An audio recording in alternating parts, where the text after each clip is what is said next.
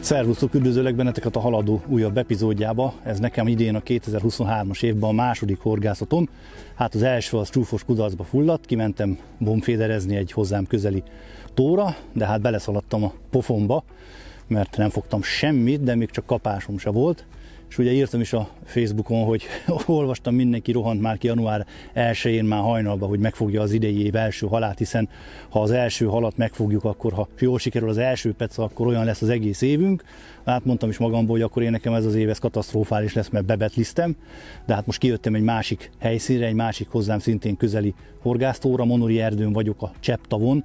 A Csepp-tó, ez azért lett Csepp-tó, mert mint majd látni fogjátok, ez tényleg egy Csepp-tó, tehát egy picike kis horgásztó, viszont nagy előnye ennek, hogy ez kimondottan horgászatra lett kialakítva, ez úgy lett megcsinálva szó szerint ez a tó, hogy ez horgászatra legyen alkalmas, ráadásul nagyon jó kis versenytavat sikerült ezen a Csepp-tavon létesíteni. Látjátok, ilyen kis fastégek vannak elhelyezve egymástól szűken ilyen 10 méter körül. A tónak a belsején van középen kihúzva egy drótkötél, azon vannak ilyen kis kék zászlócskák, mindenkinek megvan pontosan az irány, minden stégre föl van ide vésve, hogy az a kék kis ponyva, ami előttünk van, az hány méterre található. Én nálam 36 méterre található, addig lehet horgászni, ne legyen az, hogy a két oldalról egymásra dobnak a versenyzők. Tehát mondhatom azt, hogy nyugodtan egy ilyen kis igazi angolos kis versenytó született itt Monori erdőn, úgyhogy érdemes ide ellátogatni, annál is inkább, mert a sportjegy 2500 forint, tehát nem egy nagy összeg itt a horgászat, és hát remélem, hogy jót tudunk szórakozni. Na most nálam itt föl van vésve, hogy 36 méter, de hát hiába van ide fölvésve, mert én nem féderezni fogok a mai napon, hanem rakósbottal fogok horgászni. Ez sem túl nagy hozban, mindössze 10 méterbe raktam össze a rakósomat, ebben a gyönyörű januári, hát vicces egy kicsit, gyönyörű januári tavaszban megpróbálok egy pár kárász vagy pontyot fogni. Teljesen mindegy, hogy mennyit, az a lényeg, hogy legalább egy darab halat fogjak, mert különben már tényleg katasztrofális lesz az évem. Hát ha érdekel benneteket egy ilyen kis januári tavaszi, mert hát most szinte az időjárás tavaszias, ilyen 7-8 fok biztos van, már süt a nap, én nekem is fel kellett vennem ezt a sima sildes sapkát a termosapka helyett, de még ez a termogúnya is már kicsit túlzásnak tűnik.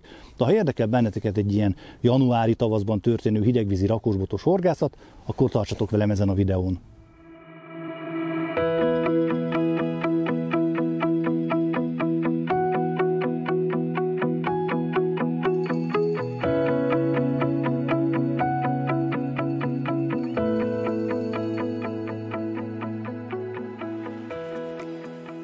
Hát ugye, mint mondtam, a fő fegyverem a rakósbot lesz, most ezt ide húzom magamhoz. Látjátok azt, hogy egy 10 méteres minitoldó van benne a botba, tehát 10 méterben használom csupán. Nincsen szükség, legalábbis azt gondolom, hogy nincsen szükség hosszabb távra.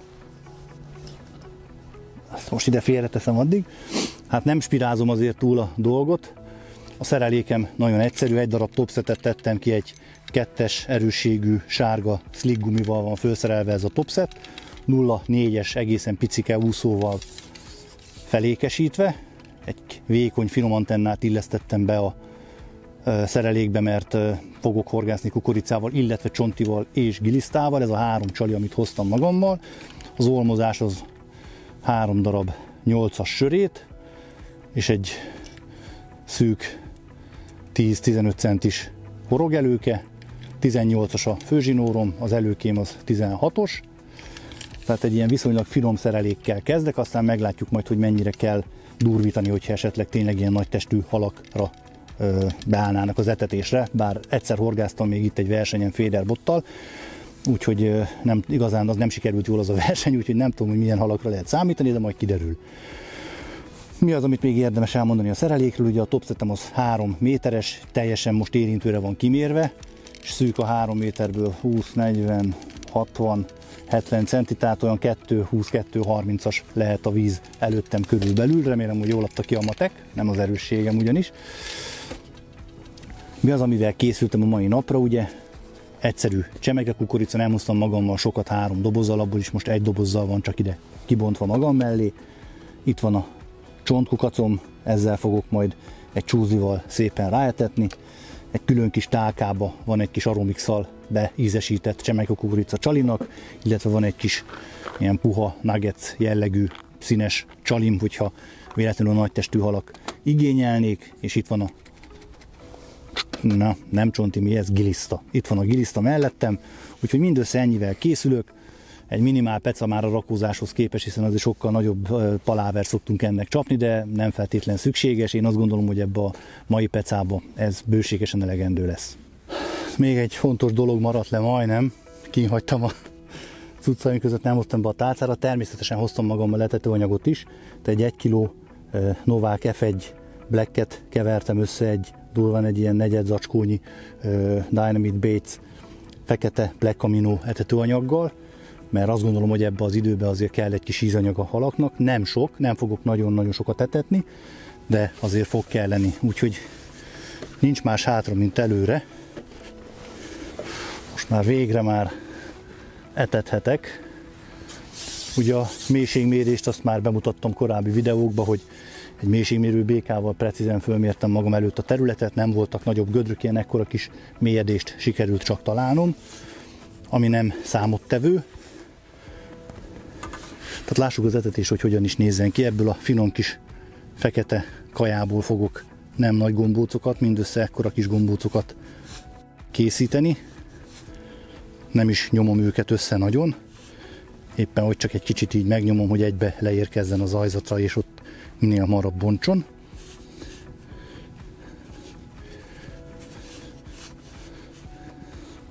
Hát egy ilyen mandarin nagyságú gombóckák lehetnek ezek körülbelül.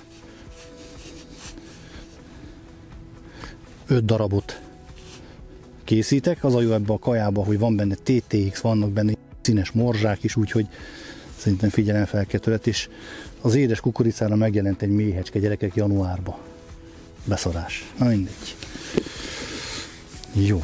Itt van a kukorica, csonti, ízesített kukorica, mindenféle csalim, úgyhogy kezdődhet az etetés. Az etetés lényege, hogy egy kis csipetnyi kukoricát teszek a csésze aljába, rá pedig 1 darab gombócot, és ez fog bemenni. Nem viszem túlzásba az etetést, mert etetni sokkal könnyebb, mint a túlzott mennyiséget már kivenni a vízből, ugye nem lehet.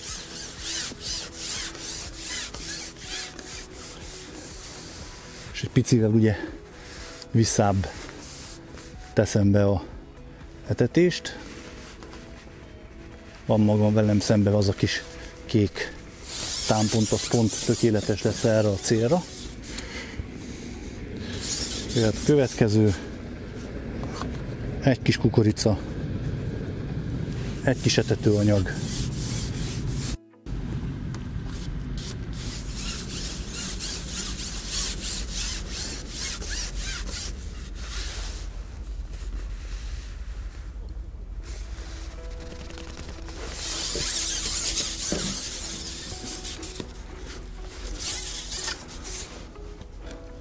egy kicsi kukorica, mögöttre egy kaja,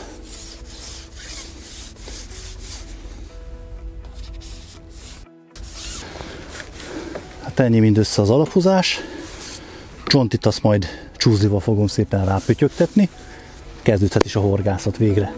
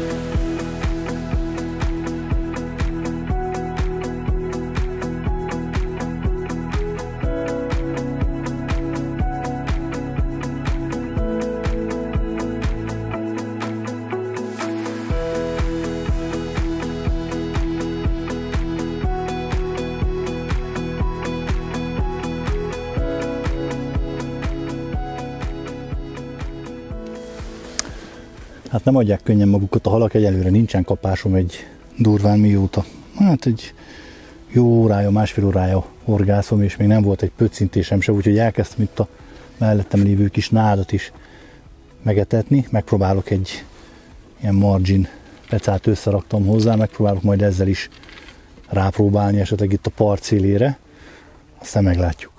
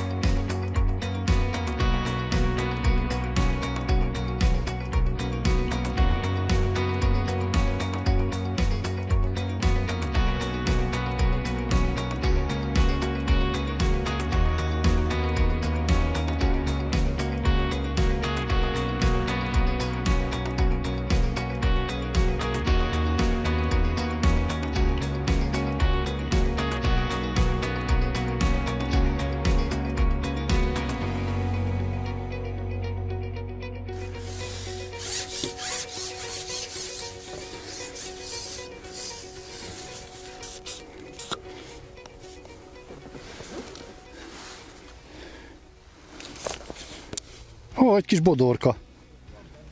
Ja, az év első hala.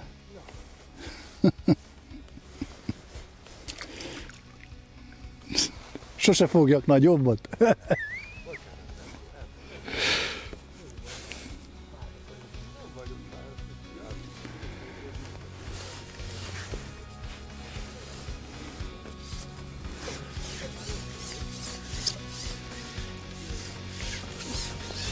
Akkor ők csinálták ezeket a hirtelen kapásokat.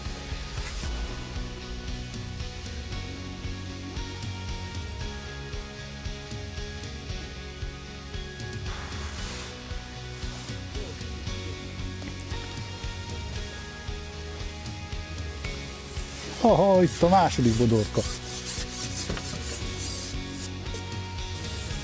No, hozta a szerencsénket. Balin. Ha. Bodorka, balin. Hát mit fogok még én itt? Kacsát.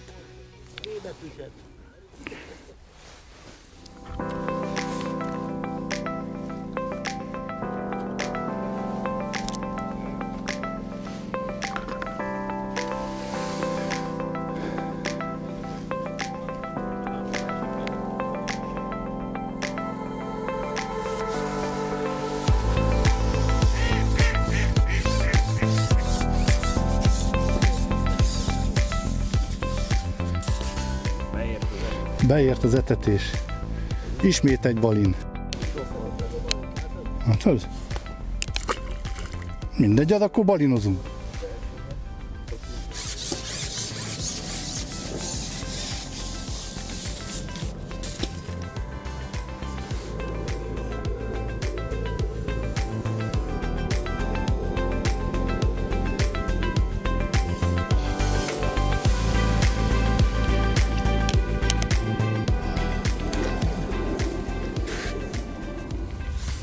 Megpróbálok egy kis csontit és kukoricát rátolni a helyre, hát ha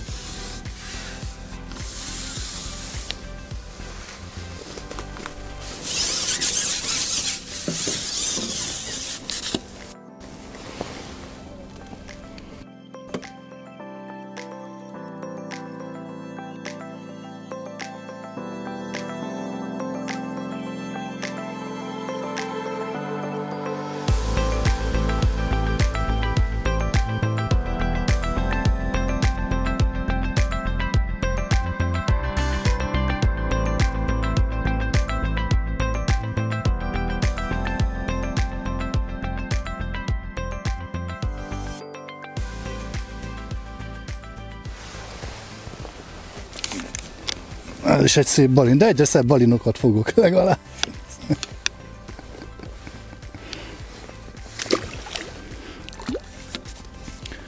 Én ma bodorkás napot és balinos napot tartok.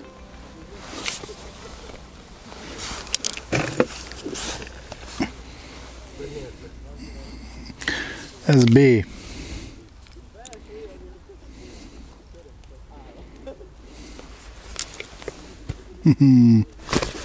Na, igaz, így kiugrik a kezemből.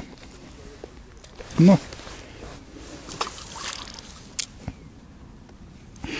Ha megnyerte, hadd vigye. Hát a váravárt pontyozás az nem jött össze, bodorkát meg balint fogtam, de legalább már halas lett a kezem. Úgyhogy a maradék kukoricámat bepoharaztam, és megpróbálok most már tényleg rá ülni a pontyra. Nem, mint hogyha eddig nem próbáltam volna meg, pinkivel, csontival, gilisztával, mindennel játszottam, de ezeken kívül, az apró halakon kívül nem sikerült termetesebb jószágot fognom, úgyhogy most még van hátra, durván egy fél órám. Megpróbálom azt, hogy most már tényleg egy szem kukoricával hosszan lefektettem az előkét, és ráülök, aztán vagy bejön, vagy nem. Hogyha nem sikerül, akkor az se baj, mert azért fogtam egy pár szép bodrit. Halas lett a kezem, remélem lejött rólam az átok is, hogy nem sikerült az év első pecája. Ez egy ilyen nap. Mellettem, aki metódozott, ő fogott 4 vagy 5 darab. Mennyi halat fogtál? 5-6 pontyot? 5 darab pontyot fogott bent, de ez se volt meggyőző, mert volt úgy, hogy 2 valószínűleg semmi nem volt, egyszer csak el neki. A jobb oldalamon semmit nem fogtak szerintem, mert már összepakoltak, hazamentek. Úgyhogy ez egy ilyen nap. Azért még mindig azt mondom, hogy jó dolog az, hogyha legalább nem koppan a kosár. Lehet horgászni azért még ebbe a januári tavaszba is. Valószínű, hogy hogyha hallgattam volna Balázsra, aki mondta, hogy 23-as helyen van egy púp, és hogy ebbe a napsütésbe oda fölállnak a halak, lehet, hogy oda kellett volna ülni, de most ide ültem, ezt kellett volna tudni megoldani, hát ennyire sikerült, hogy pár balinnal, bodorkával kellett beérnem a mai napot, de még van egy kis időm hátra, úgyhogy hát egy pontyot azért elcsípek.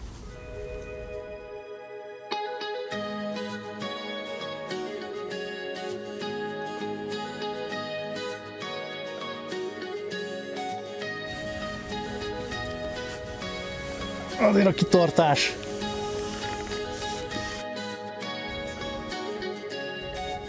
Ponty, végre ponty. Remélem ki is jön.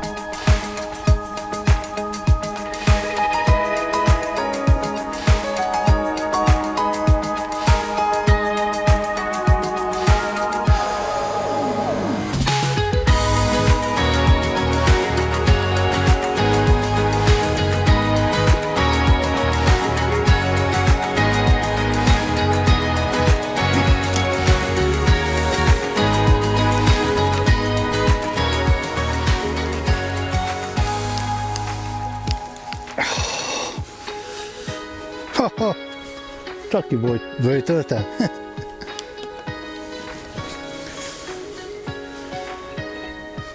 Ó, de jó.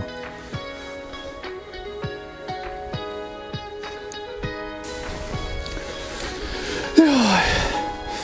Már csak sikerült egy pontyot kivarázsolnom a vízből, úgyhogy most ő lesz a búcsú, hiszen már 3:30 van, pikpak be fog sötétedni. Azért csak sikerült megfognom a bodorkák meg a balinok mellé ezt az egy szép kis pontyocskát. Úgyhogy én ezzel búcsúzom tőletek. Hát találkozunk a következő haladóban. Nem tudom, hogy még ki tudunk-e jönni így januárba. Ha jön az idő, akkor biztosan. Sziasztok! Na te meg menjél, öreg! Ha már ennyit vártam rád. Megyek, pakolok.